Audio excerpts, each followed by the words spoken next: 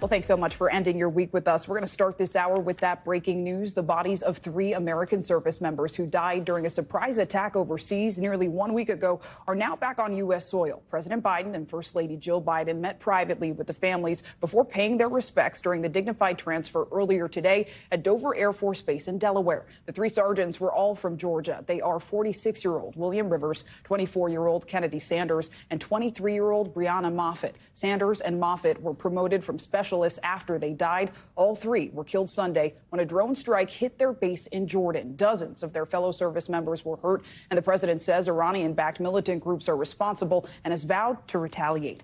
NBC News correspondent Aaron Gilchrist joins me now from Dover, Delaware. So, Aaron, walk us through what we know about this dignified transfer so far.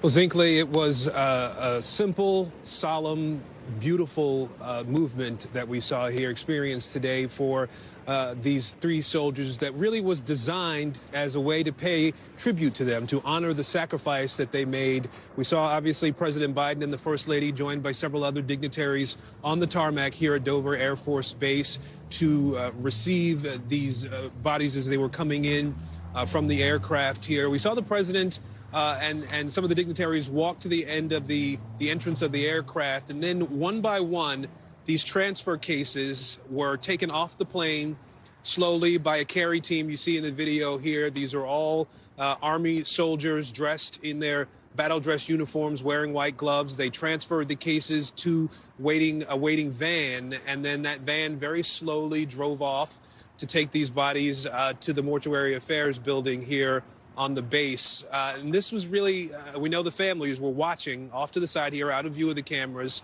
The families were watching, receiving their family members, their loved ones, these soldiers, seeing them for the first time since the tragic incident that happened over the weekend. A moment for these families, Zinkley, that is a difficult one for them, a heavy moment, as you can imagine, for them who didn't expect that their loved ones would be coming home in this way.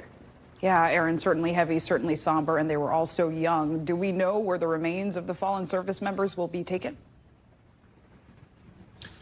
Yes. So the process here, this base is the Armed Forces Mortuary Affairs headquarters, if you will, and so the remains will be processed. These soldiers have to be positively identified by the armed forces before they are then placed in caskets and sent to their families, all 3 of them from Georgia. And so they will be returned to Georgia, where their families will then decide how they're going to hold their services, their funeral services.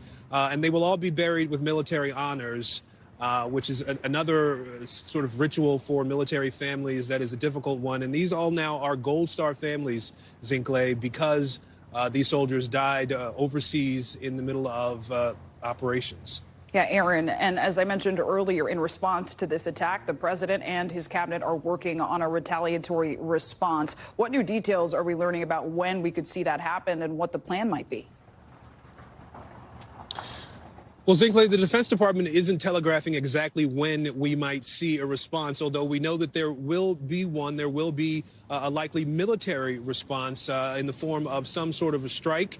The Secretary of Defense said yesterday that it is likely to be a multi-tiered response that we will see, meaning we could see strikes of different natures over the course of several days or even weeks. We haven't been told when exactly that might start, and it's not something that obviously the Department of Defense wants to make known to the outside world, but it is likely that we will see targets that will be struck in some form or fashion that are directly connected to the Iranian regime, although they will not be strikes inside Iran. Zinkley?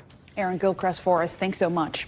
Thanks for watching. Stay updated about breaking news and top stories on the NBC News app or follow us on social media.